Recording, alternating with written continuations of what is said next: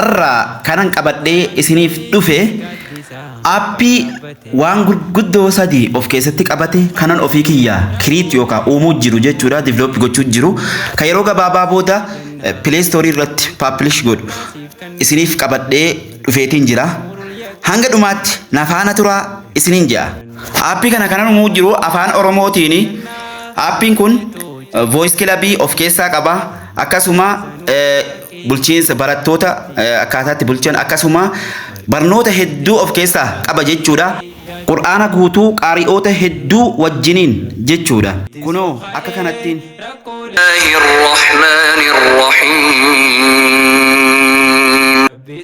warreen isinitti tolee yeroo kudhan warningii natti kennee jira waan ta'eef yeroo kudhan koppilinkii naaf godhaa isiniin jedha rabbi si haa gargaaru naan jedha isiniin jedha kommentii irra seenaatii rabbi si haa gargaaru jecha du'aa keessaniin akkanan daganne jecha amma waan takka aappii kanarraa isin agarsiisu ka jalqabaa waliin voice club isin agarsiisu fuulli jalqabaa kana fakkaata egaa akkuma imoo voice clubidha kanamni irra seenee waliin haasa'u jechuudha irratti barsiisu irratti sagalee yookaan immoo haasa'u wal dabarfatu jechuudha afaan ingiliffaatii fi afaan oromootiin akkasitti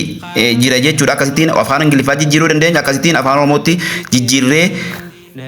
itti fayyadamna jechuudha keessa isaa seenee isin agarsiisu waliin voice club kanagaa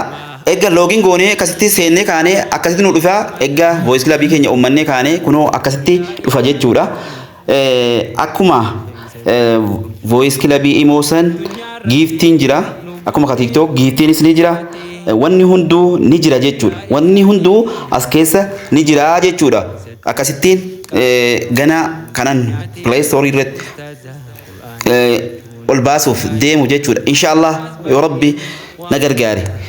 aappii kalamaffaatti darbee isin agarsiisu aappii lamaffaan markaza Nuurul Yaqiin jedha ka waan hundaahu afaan oromootiin of keessatti qabatee fuulli jalqabaa isaagaa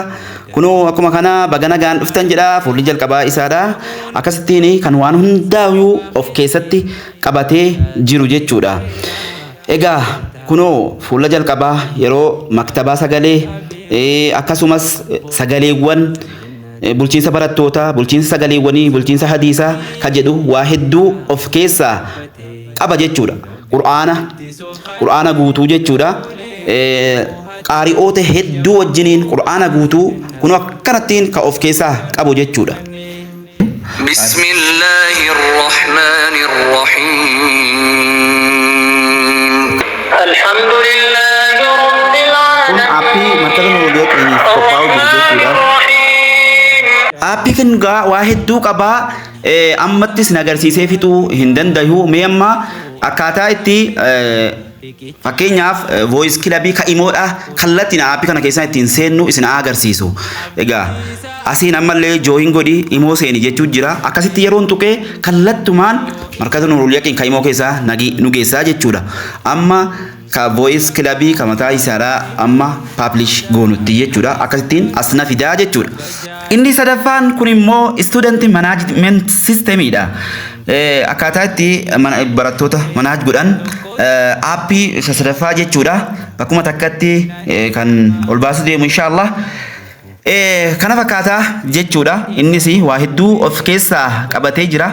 tokko tokkoon isin agarsiisuu fi attendansiitu jira attendaansii barattootaa